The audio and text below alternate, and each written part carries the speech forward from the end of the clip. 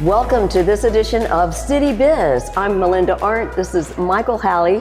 We haven't been with you for a while. We're happy to be back as we get near to spring. We're here in the last week of February with several months worth of City Council news to catch up on. And I think today what we'll do is we'll start out with our minds in the sewer, so to speak, and then see if we can lift our vision to the skies above and find out what sections of the trail we can bird watch and watch those arriving birds for the spring. We'll move on in a roundabout fashion to see if we're going to be coming to a full stop at an intersection south of town, and then find out why some residents might be getting a few minutes more sleep downtown since they're going to have a shorter pedestrian commute to their vehicles when they're parked overnight. And then we have a few other tidbits to talk about and dates to set you thinking a little bit into the future before we leap into March. How's that? That was amazing. Ooh. You're on fire. Well, it's been a couple months. We've got a lot to talk about. Have at it. All right. First of all, like the trails. The trails, Part of the trail is closed. Yeah, so step two of the sewer conveyance, which is just the sewer line, has begun. And so that's a big portion of sewer that's going to be replaced starting at Lamson Woods, running all the way around Crow Creek, past Chautauqua Park, and up and around to MIU campus. And you can see some construction if you drive out east on Burlington, that it looks like a whole new road is going to go in there off to the south side, but I think it's just for the lines, right? They're just clearing it. So parts of the trail are going to be closed as the work is done in that area. So right now the area by Lamson Woods, just Neff Wetlands. Yes. It is Dave Neff, but we'll just call it Neff Wetlands. That trail portion is closed. The idea is to do the work in those areas, reopen that section before moving on to the next section. But expect a non-continuous loop trail for this whole construction season.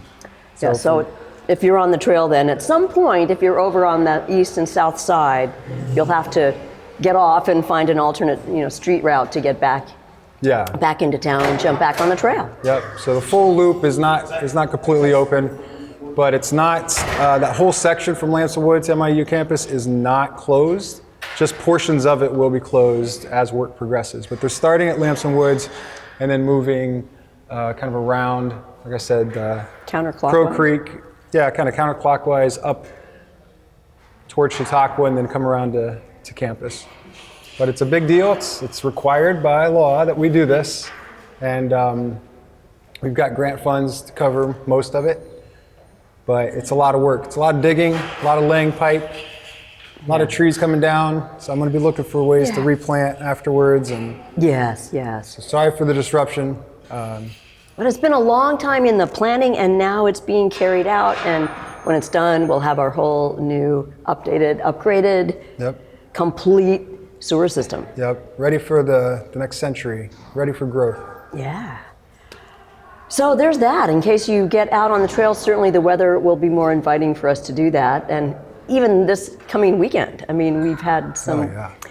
spring is on the way. Robins are here, so exciting times. What about the roundabout at intersection of Libertyville Road and South Main / Highway 1? So the City Council voted that would be our recommendation to the Department of Transportation. But it's their highway, so they make the final call. There's a meeting scheduled for April 3rd. Okay. There's actually a roundabout board at the DOT specifically for this. Not surprising. I mean, around the state, you see a few more and a few more of them. Yep, they're going up all over the place. The benefits are that they have been proven to move traffic more quickly than four-way stops or two-way stops, obviously, if you're stopped on the side right now. If you're trying to get on the Highway 1 from Libertyville Road, you might wait for a while. And they're more efficient than stop lights in that regard. And so we'll know in April whether that part of the plan is approved. And then the project can start moving forward in terms of some land acquisition. A little bit of land on either side of the road will need to be purchased from the property owners because the right-of-way will be extended slightly in order to allow for the three lanes of traffic plus a 10-foot paved trail on one side and 5-foot paved sidewalk on the other.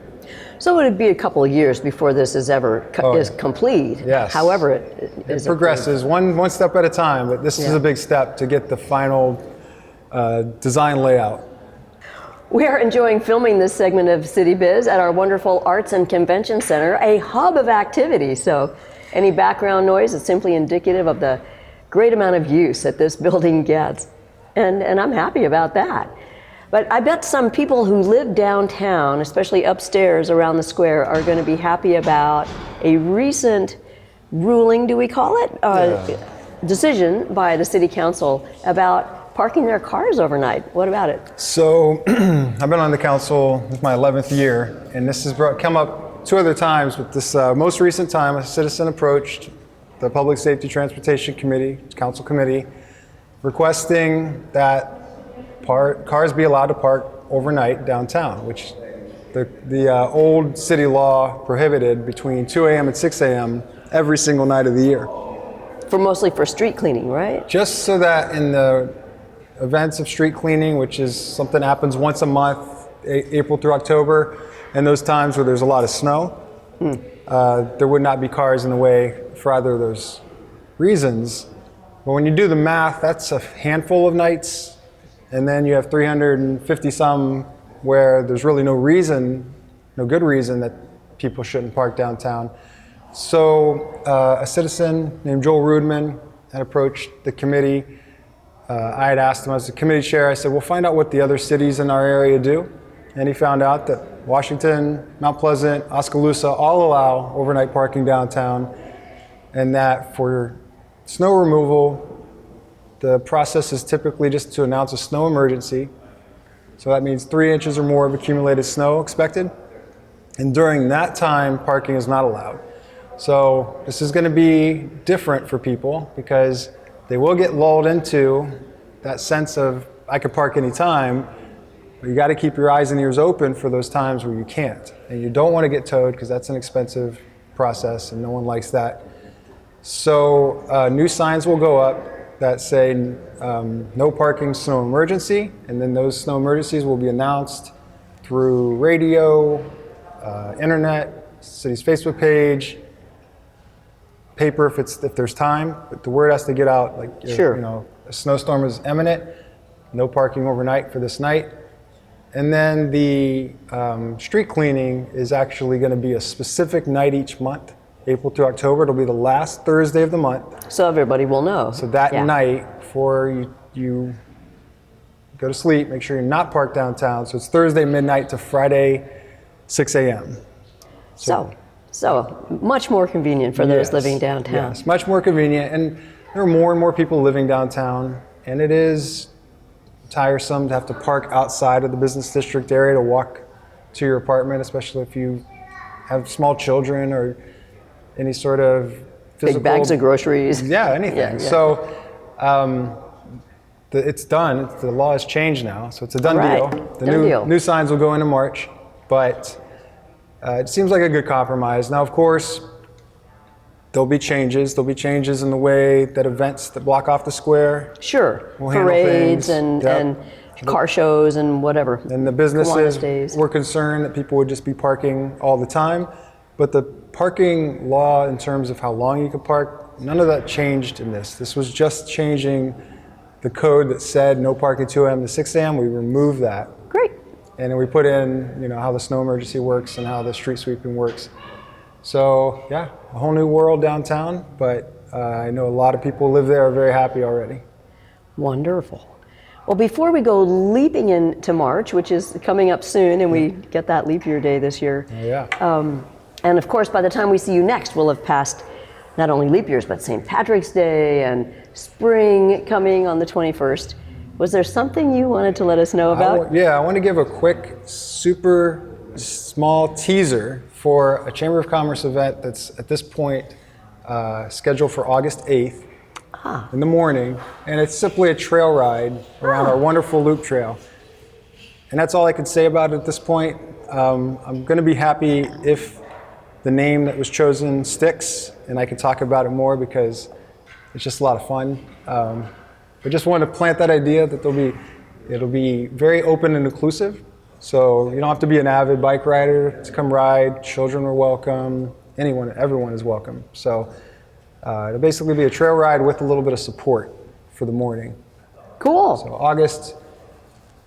Saturday, August 8th is the date that's been chosen. Well, we can let our mental wheels go around on that one until we hear the name. Plenty of lead time, mark your calendars. All right. Well, Michael Halley, city councilman par excellence. I mean, we've been doing this. He's been a city councilman for 10, 11 years. It's my 11th, yeah. 11th year. Melinda Arndt here, just enjoying chattering and bringing up some questions so we can get filled in on CityBiz. And Jason, the invisible man, filming it all. If you ever get to the city council meetings or many other public events, you will see him with his camera recording for you. Thanks, and I think that concludes this late February 2020 edition of CityBiz. We'll see you next time.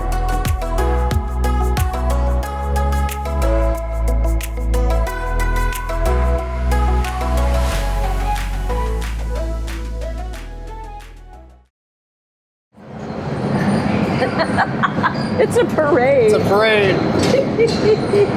We're paused. We're on pause right now. Oh, here comes more. One more. Two more.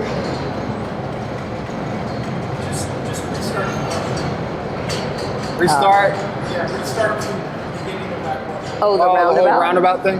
Yeah. Okay. Just restart with the roundabout. I paused it, so. Okay. Wait. They're not done yet. Yeah, there's, but wait, there's more. Just lulling us into a false sense of safety. Wow. It's an echo chamber. And I that's know. like heavy equipment. Yeah.